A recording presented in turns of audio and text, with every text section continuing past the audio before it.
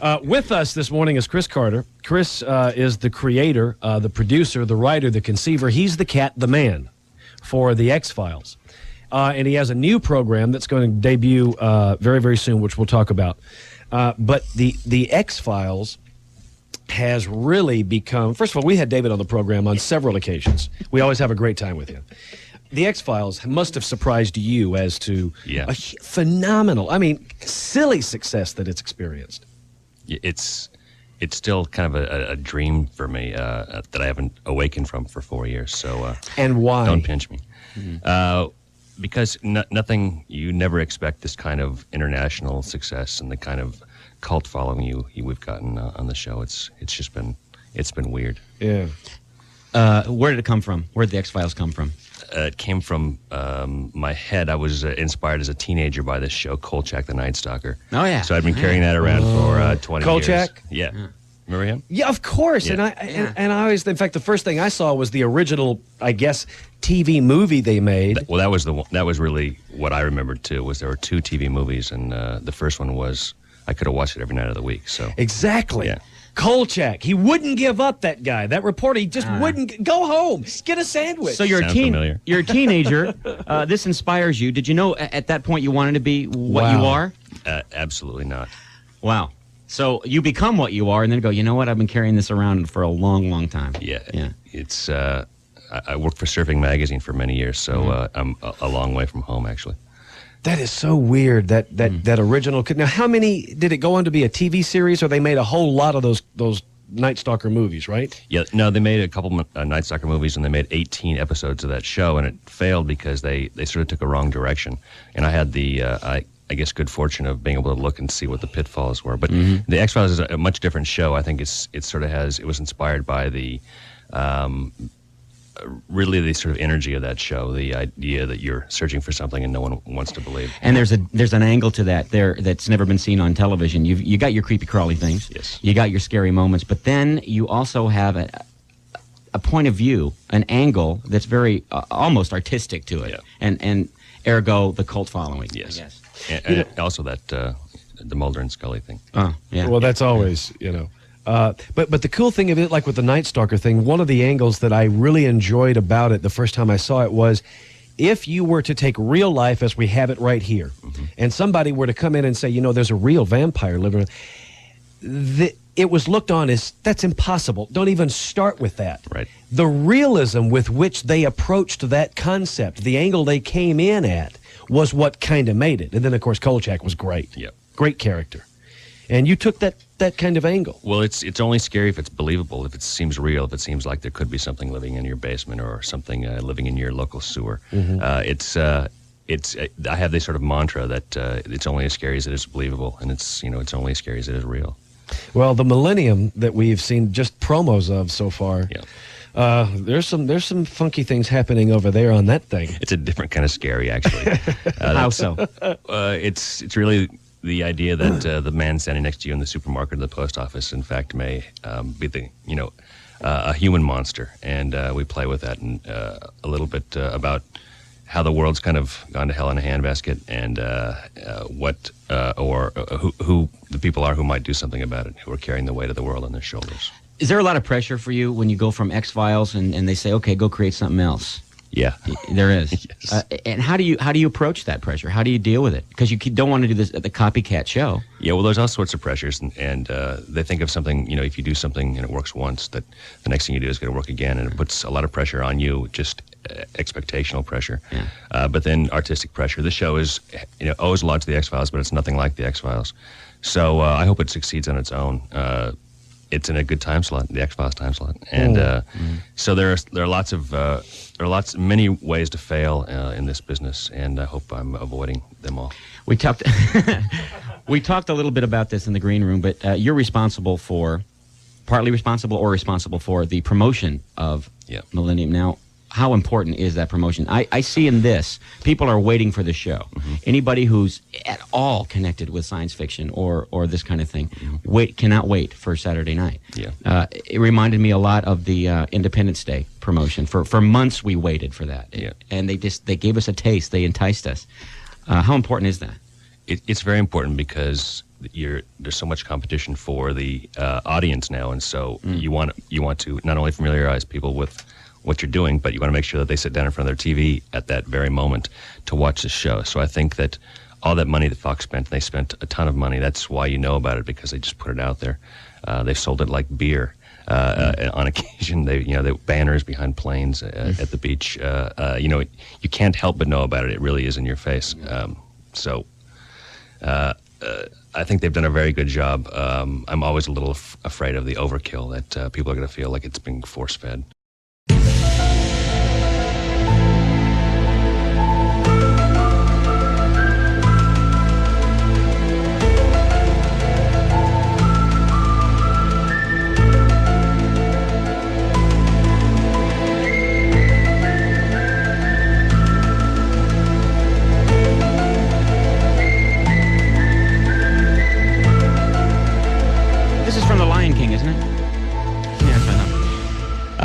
Market Brand Radio, Chris Carter is here. Again, a name that the cult following would know, but maybe not the masses. Chris Carter is responsible for the X-Files, and now is responsible for the TV show we're waiting for on Saturday night, Millennium.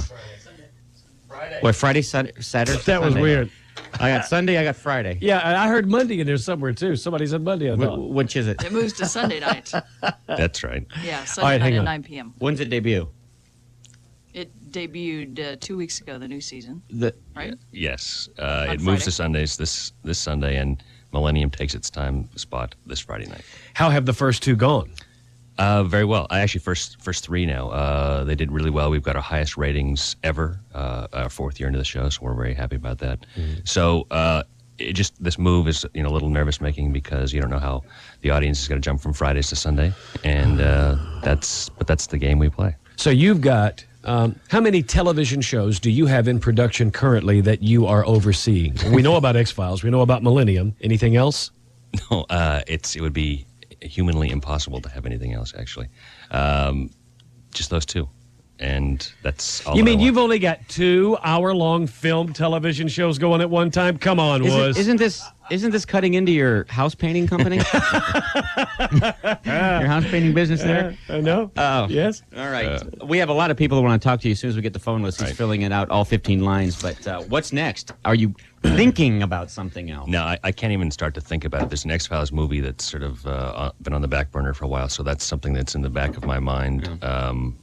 And they would like to put it in the front of my mind, but these 2 TV shows are sort of my business right now. Chris, have you always been a fan of the dark side and the possibilities which can go with that? Yeah, but I'm not a believer. I'm a skeptic, right? And but I appreciate the whole genre. I'm not a UFO buff. I'm not what a lot of people would imagine I would be.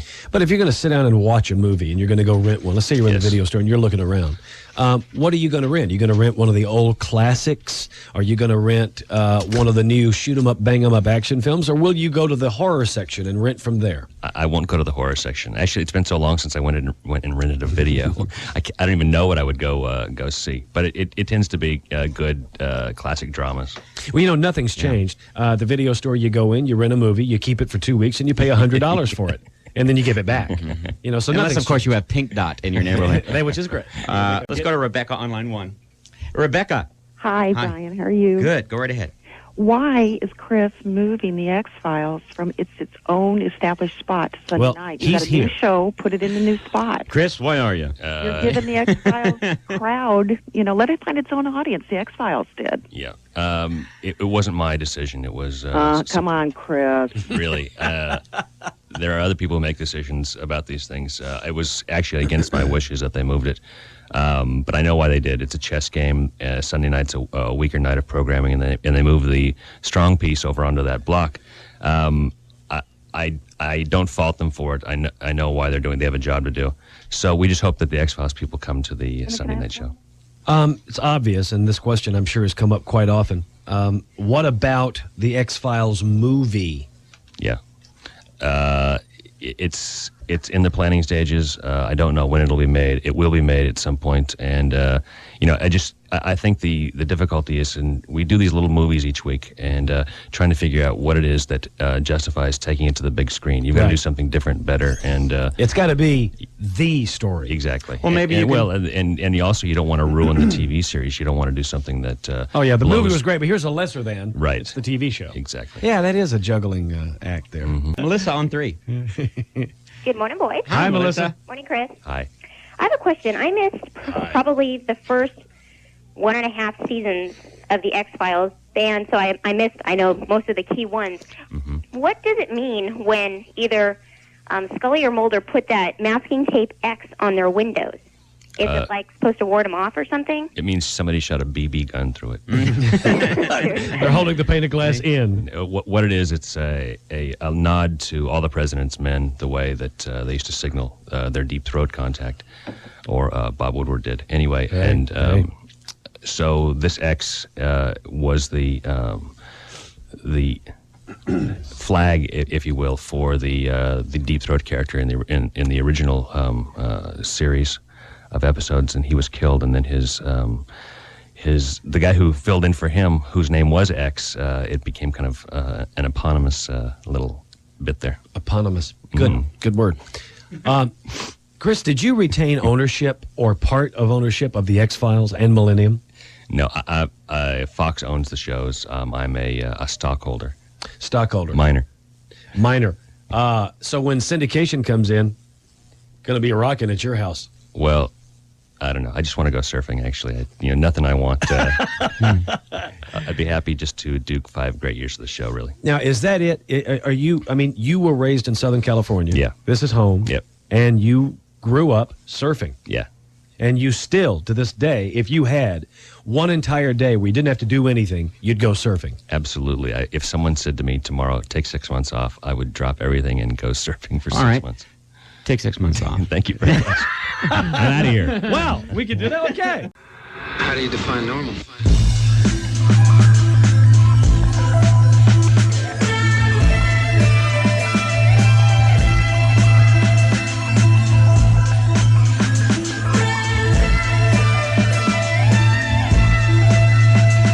American Radio program. We're speaking to, the name here says Chris Carter. We're pretty sure it's Barry White. Yeah, you did. I've been thinking about maybe. You put some soft music, funky music behind you, man. You are the Bearcat. Let's give it a try. Okay. Yeah, you did. All right. Now, the question came up, the merchandising. There's been a lot of people doing merchandising, and some of it's on the tacky side for the X-Files. X-Files underwear. I nixed that one. You nixed. The X-Files underwear. Not going to have any of that. Did you see it, actually? Did they bring in the prototype? No, they didn't. They actually didn't have the nerve to do that because I throw out a lot of stuff. I've tried to keep it the tacky, cheesy quality down, but they want to get the merchandise out there, so we try to make it as nice as we can. What is your audience? What is the demographic that is the core of what lives for the X-Files and now hopefully Millennium? You really want to know this? Yeah, I do. It's adults 18 to 34 make up the greatest core of the X-Files watchers. What about kids? Lots of kids watch it, but I think that when you look at the Nielsen ratings, if you're interested, a lot of them watch the TGIF shows on Friday nights. Okay, so I think it's maybe too scary for some kids, to be honest. And Millennium certainly is too scary for some kids. Well, also on top of that, what you're talking about, there's an intelligence level that a lot of it just the kid's not going to grab, not going to pick up on it. Although when I was a kid, I wanted to watch the intelligence shows. I wanted that kind of stuff, and I think that's something that is unappreciated in what I do. Mm-hmm. Yeah. Were you surprised by your Amish numbers? I don't think they've actually dialed in on that demographic yet. I was. You were when I read about it. Michael. In Amish life. Line 9. Michael, are you there? Yeah, Calling? who are you guys? Who are you? Michael calling from Portland. Go ahead, Michael. Hey, Chris, at a recent X-File convention, I mentioned this to Frank Spotnitz concerning the fact that Mulder and Skinner are FBI based out of Washington, D.C., and that they're probably big Redskins fans. Yeah. Would you agree with this? Well, I guess I would agree with it, although I've never actually thought about it. Frank, evidently had given it some thought, because I suggested to him that it be made maybe a little bit more obvious during one of the programs, as in perhaps Skinner wearing a Redskin T-shirt around the office during an episode or something, and he was pretty thrilled about it, and I was just curious if he had mentioned it to you and what the chances might be. I don't know if that call has gone out to wardrobe yet, but I'm sure we'll consider it. Mulder, of course, is a... yeah, Mulder would look good in one, too, and even Scully. Mulder is an avowed Knicks fan, so we know that about him. And he's coming out this season, isn't he? Yes, he's coming out along with Ellen DeGeneres. That's what we're all looking forward to. Looking forward to that one. Let's go to Kimberly on line 10. Kimberly. Good morning. You're on the air. First of all, Chris, let me say I absolutely love the X-Files. It's my favorite show. Thanks. The question I had for you is, are Dana and Fox ever going to get past that sexual tension and actually have a relationship, or is that just toying with us? Well, when in relationships, that's when the real tension begins. Pardon? In relationships, that's actually when the real tension begins after the sexual part. So, no, I don't have any plans to put them together. I think it would ruin the show in a way. It would change it, certainly. But I think that when you put two smart people in a room and they have some connection, that it's much more interesting than the physical one, which is the easy one, actually. Well, I disagree. Okay. You want him, don't you? Teresa on 4. Go ahead, Teresa. Hi, guys. Hi. I was just wondering, I think it was last week's episode, the home episode, the peacocks. Are you going to bring them back? Because the way you ended it. Yeah. That was a really interesting episode. Like the lady said, it wasn't like a normal X-Files, but I really enjoyed it. We're sort of like right down the middle on that episode. Some people really, really liked it, and some people really, really didn't like it.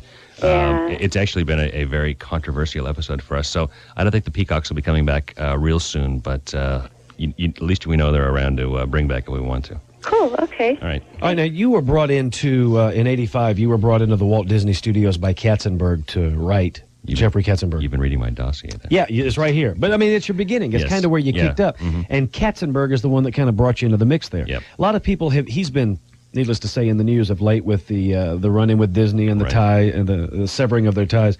What kind of individual is he creatively and to work for and as a human being? I didn't work all that close with him, but I have to say, he's the person who really saw some sort of native, very green talent in me and brought me over there. So I'll always appreciate that. He's a very honest guy. I think that he's very straightforward and knows what he wants, and usually gets it. Apparently, his success has been close to unparalleled. Paul? Yeah. Go ahead. Okay. You're on the air, Paul. Oh, hi. Yeah. Hi. Chris? Yeah. My question is in regards to Scully. She keeps adjusting her bra strap at least 3 or 4 times now in front of Mulder in the last few episodes. We were wondering if there was anything special about that. Well, we've scripted it in this year so that it's like one of those little things we want you to notice, because it's the season finale is actually a whole thing about Scully's bras. All right. They're possessed by something. I haven't noticed that. I'm going to have to take a look. Thank you for noticing, though. Okay. I can't wait for the season finale now. Yeah, that'll be good. Go ahead. The guy that stars in Millennium. Yeah. Because we're winding up. We're talking about X-Files more than we're Millennium. Right. You're here to talk about the new show Millennium, which is on. One of the stars in it, his name is Lance Henriksen. Yes. Now, you will know Lance Henriksen from the first Alien film. He was the, as they put it, the artificial human. And if you're having trouble picturing him, the one that'll bring him back is when they, Sigourney Weaver's character beat him to death and knocked his head off. And they had to rehook his head up to get some information. Correct. He's the guy. Yes. Now, what is it? That was 1979. What's he been doing for 15 years? He's been doing a lot of movies. He actually was in movies like Jennifer 8. He just plays a lot of good character roles. He was in Color of Night, I think the movie was recently. Anyways, but he's done a lot of stuff. You turn on the cable and you'll see him pop up in things. He's just a great actor that has played very few leads recently in bigger movies, and he's somebody I just wanted to work with. And I slipped a note under his door in Vancouver because he didn't want to do TV, and told him I was a fan. And it just so happened I wrote this show with him in mind. Well, his work in Alien, he was excellent in that. And it was just interesting to see his name back in this, and like to see whatever he's doing in this show with you. He's just right for the character. He plays it with such a quiet strength, and you'll see that everything plays on his face. He's got this wonderful face and voice. I'm very happy with the character I've written and the portrayal of it. When you were casting for X-Files, yeah, David walks in the office. Yeah. First of all, how did that transpire? And did you hear about him, or did you just show up for a call? The casting person on the show, Randy Stone, was very high on David, knew him and thought, this is the guy for the role. In fact, he was. He walked in, he actually read for the part and nailed it. And it was then a very easy deal to make. Actually, few people know this, that David actually took the part and then quit the show. He was going to go do an HBO movie, and Randy Stone actually talked him into coming back to the show. So it was, there are all sorts of near catastrophes in any TV show. Yeah. And this was one that was narrowly avoided. Is there any, we were talking about Lance, the fact that his biggest role was from Alien. Obviously, you've seen all of the Alien films. Are you influenced by that? Do those Alien films play into you as a creator and a writer and a... Yeah, I love that first movie. That was, I think I went and saw it like 5 nights in a row. It's one of the great films. It is. It really is. Actually, and when you go back and look at it now, it really holds up. It's beautifully done. Yes. And also, it takes its time. That movie takes like 45 minutes before you ever get to that pod. It's unlike a lot of blockbuster movies out there now, but I think it's really is... I think X-Files owes a lot to it. Well, not only that, that particular film, not only does it have everything it's supposed to have, a great bad guy, a good story, well plotted, what it does have that a lot don't is wonderful character portrayal into even the smallest of the crew members. You really know a great deal about each individual person, and they took time to let you get to know them. Yeah. A lot of people don't do that these days, and especially in television. It's all so fast, it's all so quick. It's all about the joke and not about the guy or the girl giving you the joke. Exactly. But when they killed Tom Skerritt, first off, it's like they mean business because they that's the wait a minute. They killed the guy. That's the head guy. Well, what's gonna happen now? Is this a short movie or we got about Millennium has a adult content warning. Yeah. All right. What are we talking about? Well, it's a scary show, and I think even though it's not gratuitous, and it's not, there are some images that I think are maybe a little bit too intense for some younger viewers. And, excellent. It's just it's not like I'm putting on shock television. I'm trying to do a really good thing, and just like I think movies get ratings, this is our attempt to tell parents that there might be a point at which they want to shut the kids from the room. There's that factor also that if you put a warning on it, that you're going to have a certain amount of people that I got to see that. Yeah. So that's cool. Yeah, I do. I say that, but also I'm a parent, and for example, this is the kind of thing that I would have probably told my son, who's 10 or will be, come on in, let's watch this. Yeah. Once he has seen something, especially on a Sunday night at 9, let's say at 9:30 something pops up, it's too late. Yeah. He's about to go to bed. Well, he's not going to be sleeping. Neither am I. Right. And it's too late. Yeah. It's great to know that there could be some content there that might not be agreeable with a 10-year-old kid. Right. So that's cool. Wow, Chris, it's been a pleasure to have you here. Thank you very much. Great work. X-Files, we're fans, and good luck with Millennium. Thank you very much. And, try to surf. Get away, man. Relax a little bit. Tell David we said hi. We'd love to have him come back when he can. Okay. And Jill, we'd love to have Jillian come on over. I'm sure she would. Okay.